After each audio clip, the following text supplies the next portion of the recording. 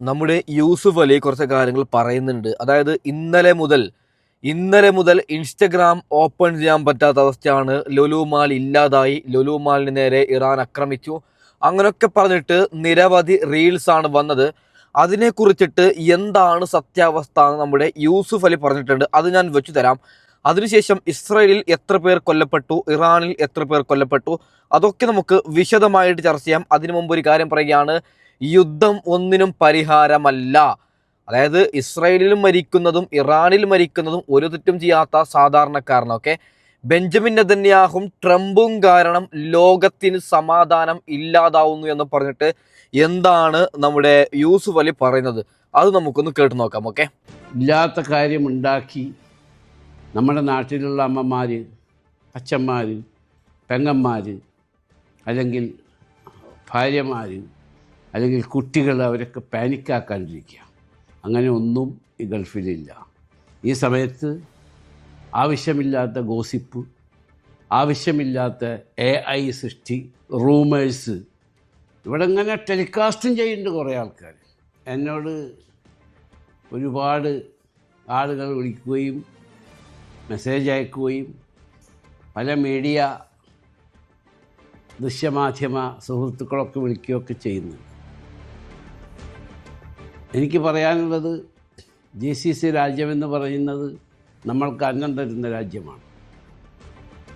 ഈ രാജ്യത്തിന് ഒന്നും സംഭവിക്കരുതേ എന്ന് എല്ലാ മതവിഭാഗങ്ങളിൽപ്പെട്ടവരും പ്രാർത്ഥിക്കണം. ഏകനായ സൃഷ്ടാവായ ദൈവം, ആ ദൈവത്തിലേക്കാണ് പ്രാർത്ഥന നമ്മളുടെ കടമയാണ്. ഈ രാജ്യങ്ങൾക്ക് വേണ്ടി, ഈ രാജ്യത്തിലെ ഭരണാധികാരികൾക്ക് വേണ്ടി. പിന്നൊരു കാര്യം, ഈ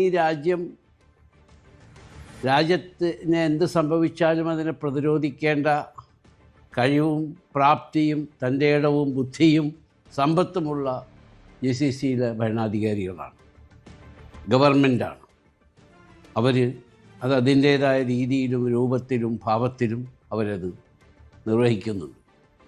ഈ രാജ്യത്തെ പ്രൊട്ടക്റ്റ് ചെയ്യുന്ന എല്ലാ കാര്യങ്ങളും ഇവിടുത്തെ ഭരണാധികാരികളും രാജാക്കന്മാരും ഷെയ്ഖുമാരും പ്രസിഡൻറ്റുമാരും എല്ലാവരും ചെയ്യുന്നു. അപ്പോൾ നാട്ടിലുള്ളവർ തീർച്ചയായിട്ടും ഓരോ കുടുംബത്തിൽ നിന്നും ആരെങ്കിലും ഒരു ബന്ധു ഗൾഫിലില്ലാണ്ടിരിക്കില്ല. അവരൊക്കെ വളരെയധികം വറീഡാണ്. ഈ സമയത്ത് ആവശ്യമില്ലാത്ത ഗോസിപ്പ്, ആവശ്യമില്ലാത്ത AI സൃഷ്ടി, റൂമേഴ്സ് ഇവിടെ ഇങ്ങനെ ടെലികാസ്റ്റും ചെയ്യുന്നുണ്ട് കുറേ ആൾക്കാർ. പ്രത്യേകിച്ച് മലയാളം മീഡിയ വളരെ അഗ്രസീവാണെന്നിപ്പോൾ ഇന്ന് കാലത്ത് ഞങ്ങൾ ഒരു മീറ്റിങ്ങിൽ വെച്ചൊരു ഉയർന്ന ഗവൺമെൻറ് ഉദ്യോഗസ്ഥൻ പറയുന്നു. Why only Malayalam media is aggressive? ഞാൻ പറഞ്ഞു, your excellency, from each house there will be 1 or 2 people working in Gulf. That's why they want to know what happening. അപ്പോൾ സത്യസന്ധമായ ഇവിടുന്ന് റിപ്പോർട്ട് ചെയ്യുക. ഇവിടുത്തെ ഗവൺമെൻറ്, ഈ GCCയിലെ ഗവൺമെൻറ് വളരെ ശക്തമായി അത് നിരീക്ഷിക്കുന്നുണ്ട്. പിന്നെ ഇത് കുറച്ച് നാൾ നീണ്ടുപോയാൽ ഭക്ഷണം സാധനം എന്തായിരിക്കും, അതിനെപ്പറ്റിയൊന്നും ആരും വറി ചെയ്യണ്ട. അതിനൊക്കെ ഇവിടുത്തെ ഭരണാധികാരികൾ അതിൻ്റേതായ എല്ലാ പ്രിക്കോഷനും എടുത്തിട്ടുണ്ട്. ഞങ്ങളുടെ കമ്പനി ലുലു അഷ്വർ ചെയ്യുന്നു, അങ്ങനെ ഒരു ഷോർട്ടേജ് ഒന്നിനും ഉണ്ടാവില്ല. ഈ പരിശുദ്ധ റമദാനാണ്, മീറ്റിനൊരു ഷോർട്ടേജ് ഇല്ല, വെജിറ്റബിൾസിന് ഷോർട്ടേജ് ഇല്ല, മറ്റൊരു ഫുഡ് സ്റ്റെപ്പുകൾക്ക് ഒരു ഷോർട്ടേജ് ഈ GCCയിലില്ല. അപ്പം എല്ലാ ബിസിനസ്സുകാരുടെയും ഇതേ രീതിയാണ് അവർ നമ്മളൊക്കെ സ്റ്റോക്ക് ചെയ്തിട്ടുള്ളത്. ഇത് ഞാൻ പറയാൻ കാരണം, ഒരുപാട് ആവശ്യമില്ലാത്ത ന്യൂസുകൾ വാട്സപ്പിലും അതുപോലെ സോഷ്യൽ മീഡിയയിലും അതുപോലെയുള്ള മീഡിയകളിലൊക്കെ വരുന്നുണ്ട്. ഇവിടുത്തെ ഗവൺമെൻറ് എന്തെങ്കിലും എവിടെയെങ്കിലും വെച്ച് അത് പിടിക്കപ്പെട്ടാൽ റിപ്പോർട്ട് ചെയ്തവനെ തൊട്ട് ആ മീഡിയ തന്നെ അവർ ബാൻ ചെയ്യും. Because they are very strong. അതാണ് ഇപ്പോൾ അവരതിന് ചിന്തിച്ചുകൊണ്ടിരിക്കുകയാണ്. ഇന്നത്തെ ഞാൻ സംസാരത്തിൻ്റെ അടിസ്ഥാനത്തിലാണ് പറയുന്നത്. അങ്ങനത്തെ ഒരു സിറ്റുവേഷൻ ഉണ്ടാവാതിരിക്കട്ടെ എന്ന് പ്രാർത്ഥിക്കുക. നമ്മൾ സന്തോഷകരമായി ഇനിയും ഈ രാജ്യത്ത് നിന്ന് നമ്മൾ അന്നം കച്ചവടം ചെയ്താലും ജോലി ചെയ്താലും ആയതുകൊണ്ട് ദയവ് ചെയ്ത് ഗവൺമെൻറ് മീഡിയകളിൽ നിന്ന് കിട്ടുന്ന ന്യൂസുകൾ മാത്രം നിങ്ങൾ റിപ്പോർട്ട് ചെയ്യാൻ പാടുള്ളൂ. അതിന് ശേഷം വരുന്ന കോൺസിക്വൻസസ് നിങ്ങൾ ഉത്തരവാദി നിങ്ങൾ മാത്രമായിരിക്കും. ഒരു ബുദ്ധിമുട്ടിൻ്റെ നേടിലാണ്. ദൈവം നമ്മളെ രക്ഷിക്കട്ടെ. അതിനെ പ്രതിരോധിക്കാനുള്ള ശക്തിയുള്ള ഭരണാധികാരികൾ, ദീർഘദൃഷ്ടിയുള്ള ഭരണാധികാരികൾ, കാരുണ്യവാന്മാരായ ഭരണാധികാരികൾ, ഈ രാജ്യത്തുള്ളവരെയും പുറത്തുനിന്ന് വന്നവരെയും ഒരുമിച്ച് കൂട്ടിപ്പിടിച്ച് കൊണ്ടുപോകുന്ന ഭരണാധികാരികളാണ്. നിങ്ങൾ വിഷമിക്കാതിരിക്കുക. ദൈവം അള്ളാഹു നമുക്കെല്ലാവർക്കും നല്ലത് വരുത്തട്ടെ. ഇനിയും ഈ രാജ്യത്ത് നിന്ന് നമുക്ക് അന്നം നാട്ടിലേക്ക് കിട്ടുന്ന കാശ് അയച്ച് നിങ്ങൾക്കും കുടുംബത്തിനും ജീവിക്കാനുള്ള സൗകര്യം ദൈവം ഉണ്ടാക്കി തരട്ടെ എന്ന് പ്രാർത്ഥിക്കുന്നു. എല്ലാവർക്കും റമദാൻ ആശംസകൾ. ഒരു കാര്യം പറയുകയാണ്, ആരാണ് ഇത്തരത്തിൽ ഫേക്ക് വാർത്ത കൊണ്ടുവരുന്നത്? ഇന്നലെ മുതൽ ഇൻസ്റ്റഗ്രാമിൽ വരുന്ന വാർത്തയാണ് സൗദി തകർന്നു, അതായത് ദുബായ് തകർന്നു, ലുലു മാൾ തകർന്നു എന്നൊക്കെ പറഞ്ഞിട്ട് ഇഷ്ടംപോലെ റീൽസാണ് വരുന്നത്. അതിൻ്റെ ഉദ്ദേശം ഇറാനാണ് സൗദിനെ തകർക്കുന്നത്, ഇറാനാണ് ലുലു മാളിനെ തകർക്കുന്നത് എന്നാണ് ചിലർ വാർത്ത വിടുന്നത്.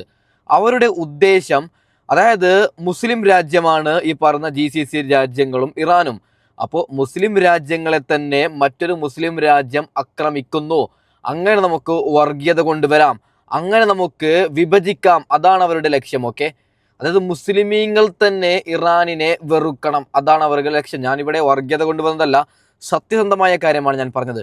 എത്ര റീൽസാണ്, ആ റീൽസ് ഞാൻ സൈഡിൽ വെച്ച് തരാം, പക്ഷേ എനിക്ക് കോപ്പിറൈറ്റ് സ്ട്രൈക്ക് കിട്ടും. അങ്ങനെയുള്ള AI നിർമ്മിച്ച റീൽസ് വെച്ച് തരാം. എന്നാൽ ഞാൻ കാണിക്കട്ടെ ആരാണ് അങ്ങനെയുള്ള വാർത്ത പുറത്തു വിട്ടത് എന്ന് പറഞ്ഞിട്ട്. എന്തൊക്കെ വാർത്തയാണ് കൊണ്ടുവരുന്നത്. പകുതി മറ്റേ ദുബായ് തകർന്നു, അങ്ങനെ ഇങ്ങനെ മറ്റത് മറിച്ചതെന്ന് പറഞ്ഞിട്ട് വീഡിയോ വെക്കുന്നുണ്ട്. വെറുതെ അല്ല അവർ പറയുന്നത്, AI കൊണ്ട് എഡിറ്റ് ചെയ്ത വീഡിയോ ആണ് വെക്കുന്നത്. അതായത് അതിൽ ടൈറ്റിലിൽ എഴുതുന്നത് ഇറാനിനെ ഇസ്രയേലിനെ ആക്രമിക്കാൻ പേടിയാണ്, അതുകൊണ്ട് ചെറിയ ചെറിയ അറബ് രാഷ്ട്രങ്ങളെ ഇറാൻ ആക്രമിക്കുന്നു എന്ന് എഴുതി വിടുകയാണ്. നാണമുണ്ടോ? എന്തിനാണ് ഫേക്ക് വാർത്ത കൊടുക്കുന്നത്? സത്യസന്ധമായി വാർത്ത കൊടുത്തൂടെ? പിന്നെ നമ്മളെ മീഡിയാസ് ഉണ്ട്, കേരളത്തിലുള്ള മനോരമ, ഏഷ്യാനെറ്റ് 24, അവർ പറയുന്നത് അതായത് ഉള്ള കാര്യത്തിന് 10 കൂട്ടിയിട്ട് പറയുന്നു എന്ന് മാത്രം. ഇപ്പോൾ സൗദിക്ക് ഒരു മിസൈൽ പോയി കഴിഞ്ഞാൽ സൗദിയിലേക്ക് ഇറാൻ അയക്കുന്ന മിസൈൽ സൗദി തകർക്കപ്പെടാനല്ല. സൗദിയിൽ US കേന്ദ്രങ്ങളുണ്ട്, അമേരിക്കയുടെ കേന്ദ്രങ്ങളുണ്ട്, അമേരിക്കയുടെ സൈനിക കേന്ദ്രങ്ങളുണ്ട്, അങ്ങോട്ടാണ് ആക്രമിക്കുന്നത്. അതിനെ നമ്മുടെ വാർത്തകൾ കൊടുക്കുന്നത് 24ഉം ഏഷ്യാനെറ്റും ഒക്കെ വാർത്ത കൊടുക്കുന്നത് സൗദിയെ ആക്രമിച്ചു, സൗദിയെ ഇല്ലാതാക്കുന്നു എന്നാണ്. അതൊക്കെ ഓവറാണ്. നടക്കുന്ന കാര്യം വിശദമായിട്ട് എന്താണോ നടക്കുന്നത് അത് മാത്രം പറയാം. ഒരു എക്സാമ്പിളും കൂടി കടന്നിട്ട് ബാക്കി വിഷയത്തിലേക്ക് വരാം. അതായത് നമ്മുടെ രാഹുൽ മാങ്കൂട്ടത്തിൽ എന്തെങ്കിലും ഒരു ചെറിയൊരു കേസായി കഴിഞ്ഞാൽ അദ്ദേഹം പീഡിപ്പിച്ചു, പീഡന വീരനാണെന്നൊക്കെ പറഞ്ഞിട്ട് വാർത്ത കൊടുക്കുന്നില്ലേ? ഇവർ കണ്ടിനോ പീഡിപ്പിക്കുന്നത്? ദിലീപിന്റെ കേസിൽ ഞാൻ സപ്പോർട്ടല്ല, അങ്ങനെ ചെയ്തു മറ്റേ ചെയ്യുന്നു എന്ന് പറഞ്ഞിട്ട് ഇവർ കണ്ട പോലെയാണ് വാർത്ത കൊടുക്കുന്നത്. അത് തെറ്റാണ്. എന്താണ് സത്യത്തിൽ നടക്കുന്നത് അതാണ് നമ്മൾ വാർത്ത കൊടുക്കേണ്ടത്. അപ്പോൾ ഞെട്ടിക്കുന്ന എത്ര പേർ ഇസ്രായേൽ മരണപ്പെട്ടു എന്ന് പറയുമ്പോൾ ഇതുവരെ ഇസ്രായേൽ 200-ലേറെ പേര് മരിച്ചു എന്നാണ് വാർത്ത. പക്ഷേ അതിലെന്തായാലും ബെഞ്ചമിൻ നെതന്യാഹു അവിടെ കൊടുത്ത ഒരു സ്റ്റേറ്റ്മെന്റ് ഉണ്ട്, ഒരു 100 പേര് മരിച്ചു കഴിഞ്ഞാൽ 2-3 പേരെ മാത്രം റിപ്പോർട്ട് ചെയ്യണമെന്ന്, ബാക്കിയൊക്കെ രാജ്യത്തിനുള്ളിൽ തന്നെ ഒതുക്കണമെന്നാണ് പറയുന്നത്. ഇറാൻ അങ്ങനെയല്ല. ഇറാനിൽ ഇപ്പോൾ ഏകദേശം 700ഓളം പേര് മരിച്ചു എന്നാണ്. കാരണം ഇറാന് ക്ലിയറായ കൃത്യമായിട്ടുള്ള കണക്കാണ് പുറത്തുവിടുന്നത്. അമേരിക്കയിൽ ഇപ്പോൾ 4 സൈനികരും പിന്നെ 2-3 പൗരന്മാർ മരിച്ചു എന്നാണ് പറയുന്നത്. അതൊക്കെ ഫേക്കാണ്. അവരൊക്കെ ഉള്ളിൽ ഒതുക്കുന്നതാണ്. കാരണം ഒരു കാര്യം പറയാം, ഏറ്റവും വലിയ ശക്തി രാജ്യങ്ങളാണ് ഇസ്രായേലും അമേരിക്കയും. ആ അമേരിക്കയെയും ഇസ്രായേലിനെയും ഒരുമിച്ചിട്ട് ഒരു നോർമലായിട്ടുള്ള ഇറാൻ എന്ന് പറയുന്ന രാജ്യം ആക്രമിക്കുമ്പോൾ ഇസ്രായേലിലും അമേരിക്കയിലും തുരുതുര മരണസംഖ്യ കൂടുന്നു എന്നറിയുമ്പോൾ എന്താവും അവസ്ഥ? അതുകൊണ്ട് അവർ മരണസംഖ്യ കുറക്കുക. 1000 പേര് മരിച്ചാൽ 100 പേര് മരിച്ചു എന്ന് പറയുകയാണ്, 10,000 പേര് മരിച്ചാൽ 1000 പേര് മരിച്ചു എന്ന് പറയുകയാണ്. അതാണ് ഇസ്രായേലിൻ്റെ കണക്ക്. മരണസംഖ്യയിലൊന്നും നിങ്ങൾ ആരും ഒന്നും, അതായത് ഇവർ വാർത്ത കൊടുക്കുന്ന ഒന്നും വിശ്വസിക്കണ്ട. 1 പറഞ്ഞാൽ 100 എന്ന് നിങ്ങൾ കണക്കാക്കിയാൽ മതി. ഓക്കെ, ഒരു കാര്യം കൂടി പറയുകയാണ്, ഇറാനിലും മരിക്കുന്നുണ്ട്, ഇറാനും തകർന്ന് തരിപ്പണമാവുന്നുണ്ട്, ഇസ്രായേലും തകർത്ത് തരിപ്പണമാവുന്നുണ്ട്. ഓക്കെ, നിങ്ങൾ നോക്കണം, ഇറാനിനെ ആക്രമിക്കുന്നത് അമേരിക്കയും ഈ പറയുന്ന ഇസ്രായേലുമാണ്. ഇറാൻ ഒറ്റയ്ക്ക് നിന്ന് ഈ 2 രാജ്യങ്ങൾ ആക്രമിക്കുന്നതിനെ തടയുന്നുണ്ട്, പൊരുതുന്നുണ്ട്, റിട്ടേൺ അക്രമം അയക്കുന്നുണ്ട്. അതൊക്കെ വല്ലാത്തൊരു കഴിവ് തന്നെയാണ്. ഓക്കെ, ആരെന്ത് പറഞ്ഞാലും അല്ലേ? കുറേ രാജ്യങ്ങൾ, യൂറോപ്യൻ രാജ്യങ്ങളൊക്കെ പറയുന്നത് ഇറാനിന് എവിടെ നിന്നാണ് ഇത്രയും വലിയൊരു ശക്തി കിട്ടുന്നത് എന്ന് ഞെട്ടുകയാണ്. നിങ്ങൾ നോക്ക്, ഇസ്രായേൽ മാത്രമാണ് യുദ്ധത്തിന് പോകുന്നതെങ്കിൽ നമുക്ക് ഓക്കെ ഫൈൻ, നമുക്ക് പറയാം അത് ഇസ്രായേൽ മാത്രമാണ്, ഇസ്രായേലിനെ നേരിടുന്ന ഒരു ശക്തി ഇറാനിനുണ്ടെന്ന് പറയാം. ലോക 1-ാം നമ്പർ 2-ാം നമ്പർ രാജ്യമായ അമേരിക്കക്ക് പോലും ഇറാനിനെ തകർക്കാൻ പറ്റുന്നില്ല. അമേരിക്കയുടെ ഒരു മിസൈൽ പോലും ഇറാനിൽ പതിക്കുന്നില്ല എന്ന് പറയുമ്പോൾ വളരെ വളരെ, അതായത് അമേരിക്ക അയക്കുന്നത് 1000 മിസൈലുകൾ ഒരുമിച്ച് അയക്കുന്നുണ്ടെങ്കിൽ അതിൽ 1-ഓ 2-ഓ ആണ് ഇറാനിലേക്ക് പതിയുന്നത്. ബാക്കിയൊക്കെ ഇറാനിൻ്റെ ഡിഫെൻഡ് ചെയ്യുന്നു, ഇറാനിൻ്റെ അവിടുത്തെ സൈനികർ. ഇറാനും അങ്ങനെയാണ്. ഇറാൻ ഒരു 500 മിസൈലുകൾ അമേരിക്കക്കും ഇസ്രയേലിനും അയക്കുന്നുണ്ടെങ്കിൽ പരമാവധി 400ഓളം തകർക്കുന്നുണ്ടെങ്കിലും 100ഓളം മിസൈലുകൾ ഇസ്രയേലിലേക്കും അമേരിക്കയിലേക്കും പോയി പതിയുന്നുണ്ട് എന്നാണ്. ഇതെങ്ങനെയാണ്? ലോകത്തിലെ ഏറ്റവും വലിയ ഡിഫൻഡറാണ് ഈ പറയുന്ന ഇസ്രയേൽ. എന്തു വന്നാലും ആരെത്ര വലിയ ബോംബിട്ടാലും അതിനെ ആകാശത്ത് വെച്ച് തകർക്കുന്ന കഴിവ് ഇസ്രയേലിനുണ്ട്. പിന്നെ എന്തുകൊണ്ടാണ് ഇറാൻ അയക്കുന്നതൊന്നും ഇവറ്റകൾക്ക് തകർക്കാൻ പറ്റുന്നില്ല? ഇതൊക്കെ നമ്മൾ ഓരോരുത്തരും അത്ഭുതത്തോടു കൂടി കാണേണ്ടതാണ്. അപ്പോൾ ഞാൻ തൽക്കാലം വൈൻഡപ്പ് ചെയ്യുകയാണ്. അടുത്ത വീഡിയോയുമായി ഉടൻ വരാം. Okay bye.